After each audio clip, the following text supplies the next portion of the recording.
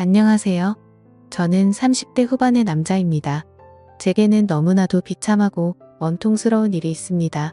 그동안 누구에게도 말하지 못했고 저 혼자서만 속앓이하면서 끙끙 앓고 있었습니다. 하지만 많은 분들이 보고 계신 이곳에 제 고민을 말씀드리면 조금이나마 제 마음을 털어낼 수 있지 않을까, 혹은 조언을 얻을 수 있지 않을까 하는 마음으로 사연을 보내게 됐습니다. 지금부터 제 인생 모조리 박살나게 만든 이야기 털어놓을게요. 제 부모님은 젊은 나이에 저를 낳으셨습니다. 어머니가 20살이셨고 아버지가 21살 때 저를 낳으셨다고 하더군요. 원래는 그때 당시 밤낮으로 바쁘게 장사를 하고 있던 시기여서 저를 의도적으로 낳으려고 했던 건 아니었다고 합니다. 그렇게 계획도 없이 갑작스럽게 저를 임신하셨고 저를 낳게 되었습니다. 저는 바쁜 부모님을 대신해 어릴 때부터 성인이 될 때까지 할머니 손에서 자랐습니다. 그래서 저는 부모님보다는 사실 할머니를 부모님처럼 모시며 커왔었고, 제게는 누구보다도 부모님 두 분의 사랑이 애틋했습니다. 그나마 어머니는 최대한 시간을 내서 저와 놀아주셨지만 무뚝뚝한 아버지와는 일반적인 가정에 비하면 조금은 더 어색한 사이였죠. 게다가 부모님과 제 나이 차가 많이 나지 않다 보니 학창시절에 어딜 가서 제 나이 듣고 부모님 나이 들으면 다들 놀라워하시곤 했습니다. 그땐 몰랐습니다.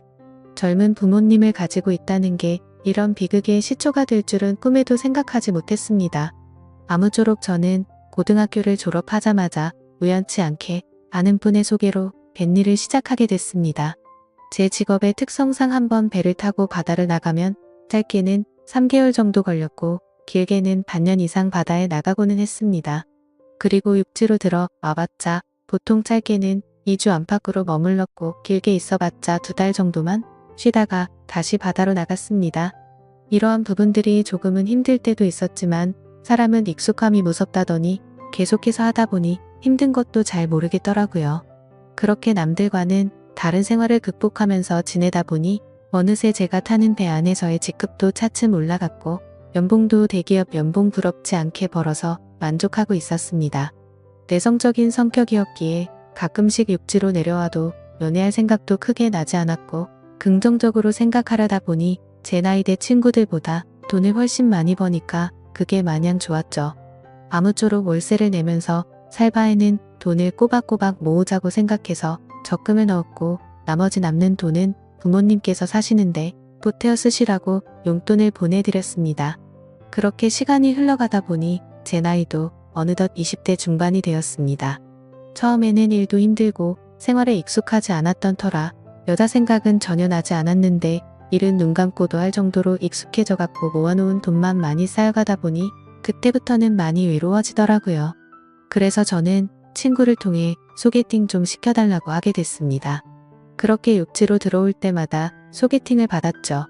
근데 항상 문제가 되는 건 다름 아닌 제 직업이었습니다.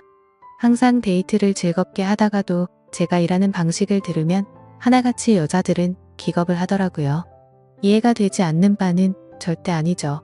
한번 육지로 와봤자 길어야 2달만 머무르다 헤어지고 바다로 나가면 길게는 반년 이상을 보내다 오는데 어찌 보면 기약 없이 이런 만남을 이어가야 하는데 문제가 아닐 수가 없었죠. 심지어 군대는 2년 정도만 기다리면 차라리 끝이 있었지만 저는 제 직업을 포기하지 않는 이상 끝이 나지 않는 거였기에 그렇게 기겁하는 모습을 이해했습니다. 그렇게 저는 매번 소개팅에 실패를 하다 보니 아버지께서 보다 못했는지 갑자기 제게 소개를 받아보겠냐고 하시더라고요. 지인분 딸인데 아주 참하고 마음씨도 예뻐서 연락처를 물어놨다고 하셨습니다. 그래서 저는 넙죽 소개를 받겠다고 말씀드렸고 만나게 되었습니다. 처음 만난 그 여자는 아버지의 말대로 외모도 참했고 성격도 좋았기에 저는 첫눈에 반하고 말았습니다. 그래서 기존에 소개받던 여자들과는 달리 이 여자와는 꼭 연애를 하고 싶다란 생각이 컸었죠. 그래서 무식하고 이상해 보일 건 알았지만 제 통장부터 깠습니다. 저는 직업이 남들과는 달라서 제약이 있는 부분도 있지만 나중에 제 가족 다 먹여 살리고 싶어서 이렇게 열심히 일하고 있다고 했습니다. 그러자 그 여성분은 갑자기 웃으시더라고요. 비웃는 게 아니라 첫 만남의 통장을 보여주는 제 모습에 갑자기 너무 귀엽고 웃겨서 웃었다고 했죠. 그 순간 저는 이 여자의 행동을 보고 마음속으로 그린라이트인가? 라는 생각이 들었습니다. 그래서 저는 더 침착하고 조심스럽게 말했습니다. 제가 바다로 나가고 육지에 머무르는 그런 기간들에 대한 얘기부터 시작해서 이것저것 많은 대화들을 나누었습니다. 그리고 제 진심을 알아줬는지 저희는 교제를 시작하게 되었습니다. 남들과는 너무 다른 교제 방식에 미안하기도 했지만 다른 사람에게 참아 보낼 수가 없었습니다. 많이 이기적인 걸 알았기에 제 모든 진심을 다해서 아껴주고 사랑해줬습니다.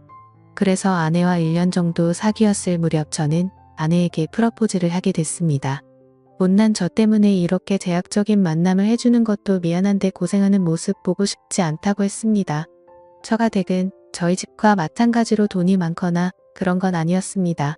평범하게 직장 생활을 하고 계신 장인어른과 가정주부로 살아오신 장모님이셨죠.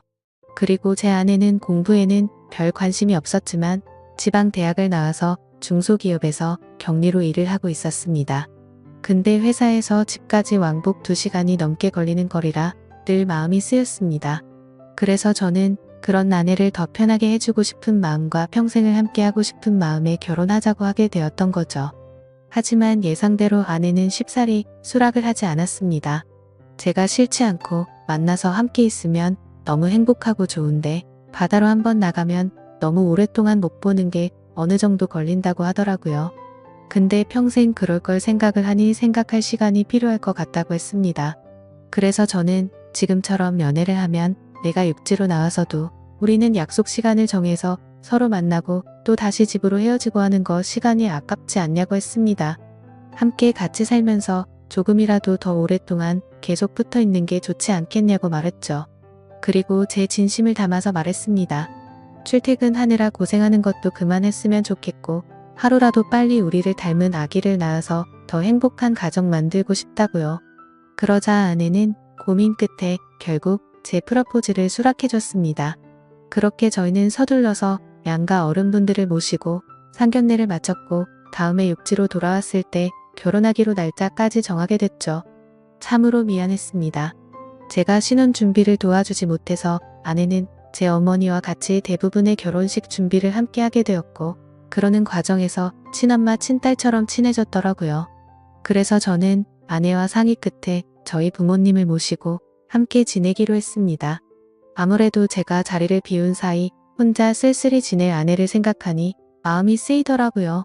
그렇게 저희는 결혼식을 하게 되었고 참 감사하게도 저희는 허니문 베이비가 생기게 되었죠. 저는 바다에 나가 있었고 아내의 임신 소식을 듣자마자 너무 신이 나서 같이 일하는 동료들에게 실컷 자랑을 했고 참 많이 행복했습니다. 저는 기대에 부풀어 행복한 가정을 꿈꾸며 열심히 돈 벌자라는 마음으로 즐겁게 뱃생활을 했습니다. 그렇게 시간은 흘렀고 제 아내는 세상 누구보다 예쁜 딸아이를 출산하게 됐죠.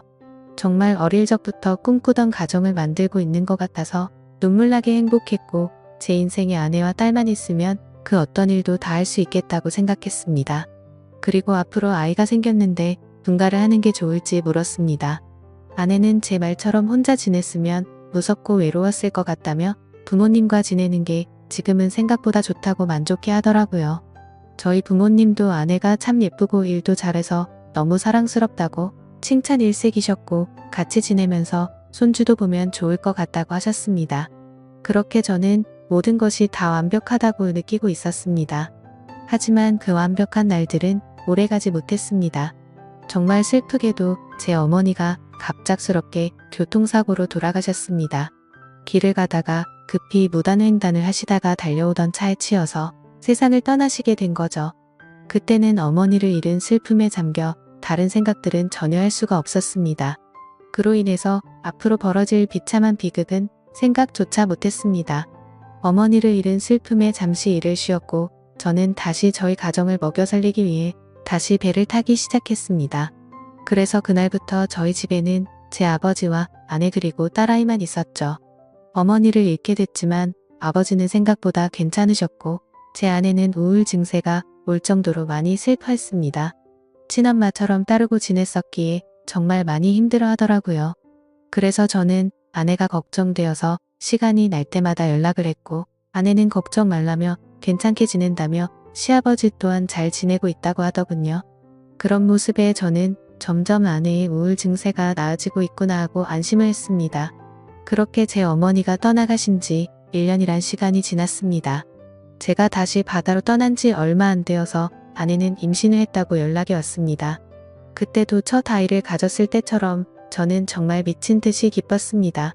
하늘나라로 가신 어머니가 저희 슬프게 지내지 말라고 선물로 아이를 보내줬다고 생각했습니다. 그날은 어머니 생각이 더 많이 나서 눈물로 밤을 지새웠던 것 같아요. 시간이 또 빠르게 흘러갔고 제 아내는 둘째로 사내 아이를 출산하게 됐습니다. 저는 제 어깨가 더 무거워졌지만 행복했습니다. 사랑하는 아내와 제 2명의 자식들을 위해선 못할 게 없었으니깐요. 이 세 사람을 제 인생의 축복이라고 생각하고 사명감을 갖고 더욱 열심히 살았습니다. 그런데 뭔가 이상한 점이 분명히 있었습니다. 제가 한 번씩 육지에 머무를 때를 생각해보면 아버지는 둘째 아들을 유독 좋아하셨습니다.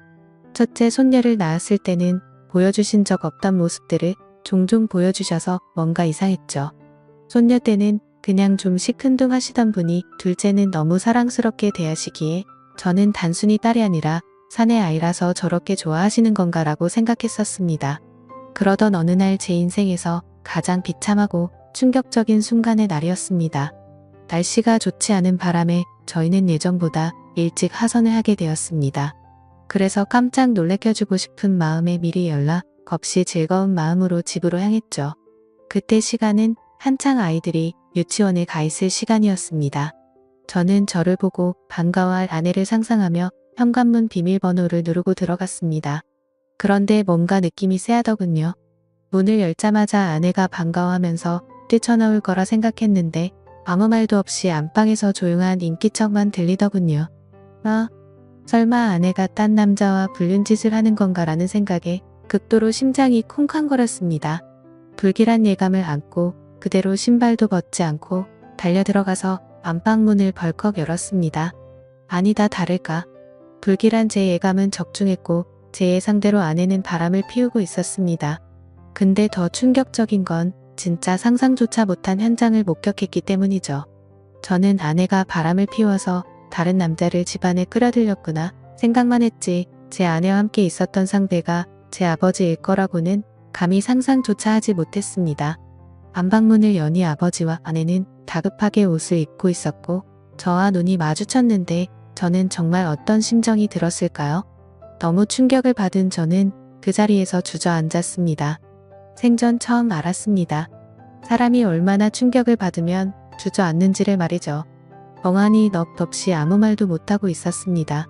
조금 뒤에 아버지라는 가면을 쓴 그 인간은 아무 말도 안 하고 도망치듯이 집 밖으로 나가버리더군요. 그리고 제 아내는 옆으로 다가와서 미안하다며 한 번만 용서해달라고 빌고 있는데 그때 기분은 너무 불쾌해서 목소리조차 듣기가 싫더라고요. 제 옆에서 울면서 아내는 제게 말했습니다. 시어머니가 돌아가시고 너무 우울해서 매일같이 너무 슬펐다고. 근데 제가 옆에 없으니까 병원까지 다닐 정도로 심해졌답니다. 그렇게 외로움이 극에 달했을 때 아내는 시아버지와 매일같이 술을 마시게 됐고 어느덧 술 기운에 자신도 모르게 실수를 하게 되었고 그 이후로는 누가 먼저라고 할 것도 없이 자연스럽게 이런 관계가 됐다고 했습니다. 당연히 이런 말도 안 되는 상황이 잘못된 건 알고 있었고 잘못된 상황을 바로 고쳐보려고 노력을 해봤었답니다. 하지만 아무리 노력해봐도 이미 엎질러진 물은 수습이 되지 않았다네요. 그래서 아내에게 언제부터 이런 짓거리를 했냐고 물었습니다. 시어머니 돌아가시고 6개월 정도 지나서부터 였다고 하더군요. 정말 피가 거꾸로 솟는 듯한 기분이 들었고 그 말을 듣자마자 순간적으로 불안한 생각이 스쳐 지나갔습니다. 왜냐하면 아버지가 둘째 아들만을 유독 특별하게 아끼던 모습들이 떠올랐기 때문이죠. 저는 앞뒤 가릴 거 없이 직설적으로 물었습니다. 둘째 아들이 내 아이 맞냐고 하니까 아내는 아무 말도 없이 고개를 숙이고 있더라고요. 제가 빨리 대답하라고 소리 지르니까 아내는 미안하다며 울기만 하더라고요. 니네가 짐승이지 진정 사람이냐며 있는 힘껏 소리를 질렀습니다. 현관문이 열려 있어서 동네 사람들이 수군대면서 쳐다보고 지나가는데 그딴 건 전혀 눈에 들어오지도 않더군요. 저는 그 자리에 더 있다가는 정말 크게 사고를 칠 것 같아서 일단 집 밖으로 뛰쳐나갔습니다. 어떻게 이런 일이 실제로 일어날 수가 있나 생각했고 그 충격은 절대로 쉽게 헤어나올 수가 없더군요. 그래서 며칠 동안 정신을 잃어서 쓰러질 때까지 술을 마시고 모든 연락을 끊고 있었습니다. 그 힘든 와중에도 어떻게 해야 하나 현실적인 생각들을 하게 되더라고요. 이혼을 한다고 하더라도 제가 현실적으로 아이를 혼자 키울 수도 없는 상태였고 그렇다고 배운 게 이것밖인데 지금 하고 있는 직장을 그만둘 수도 없지 않나 생각했습니다. 게다가 제 아내가 몰래 만나던 남자가 무려 제 친아버지입니다. 사실 지금도 아버지라고 적지만 그런 관계라는 게 역겨울 뿐입니다. 아무튼 아버지라는 그 인간은 그날 집 밖으로 나가고 주랭랑을 쳤는지 지금 이 글을 쓰는 순간까지 그날 이후로는 단 한 번도 보지 못했죠. 결국에 며칠 동안 정신없는 시간을 보내다가 역겨운 마음에 차마 돌아가기 싫었지만 현실적인 문제들을 안고 집으로 들어갔습니다. 저를 보자마자 아내는 순식간에 달려와서 제게 무릎을 꿇고 빌었습니다. 제발 한 번만 용서해달라며 시아버지와 그러한 사실들이 동네방네 밝혀지면 자신은 도저히 살아갈 자신이 없다고 하더군요. 2번 다시 이런 일 없을 테니까 용서해달라고 빌었고 현실적으로 제가 어떻게 할 방법이 없으니 일단 당장은 그냥 대충 알겠다고 말했습니다. 사실 그날 이후로 말도 잘 섞지 않았습니다. 말만 용서를 한다고 한 거지 어떻게 용서가 될까요? 아무튼 이제는 제 아들인지 알았던 그 아이는 아들인지 형제인지 알 수가 없는 말도 안 되는 개족보가 되었습니다. 하지만 아무리 괜찮은 척 해가면서 억지로 테이프질을 한다고 이게 메워질까요? 그날 이후 저는 심각할 정도로 일처증이 걸린 것 같았습니다. 하루라도 아내와 연락이 안 되면 극도로 불안해지고 초조해져서 미쳐버릴 것 같더라고요. 그때부터는 제 생활은 엉망진창이 되었고 일상이 파괴되다시피 했습니다. 배를 타고 나가서도 일도 손에 안 잡히고 그때의 역겨운 상상들이 떠오르고 도저히 버틸 수가 없겠더라고요. 결국 끝내 저는 정신과까지 다니면서 약을 먹고 치료를 받았죠. 병명은 공황장애와 폐쇄공포증까지 겹쳐서 생겼다고 하더라고요. 그래서 저는 그날 이후 제가 애착심을 갖고 일하던 뱃일을 그만둘 수밖에 없었습니다. 그렇게 결국 뱃일을 그만두고 먹고는 살아야 했기에 관련 업종의 직업에 취직했고 예전과는 비교도 안 되는 부족한 월급을 받으면서 집으로 들어가 살게 되었습니다. 하지만 지금 생각해보면 제 스스로도 이상하다고 느낄 만큼이나 정신적인 압박감이 심했던 것 같습니다. 아내와는 하루가 멀다 하고 매일 같이 싸우기 바빴습니다. 그리고 제정신을 유지하는 게 싫어서 퇴근하면 항상 술을 취할 때까지 마셔댔죠.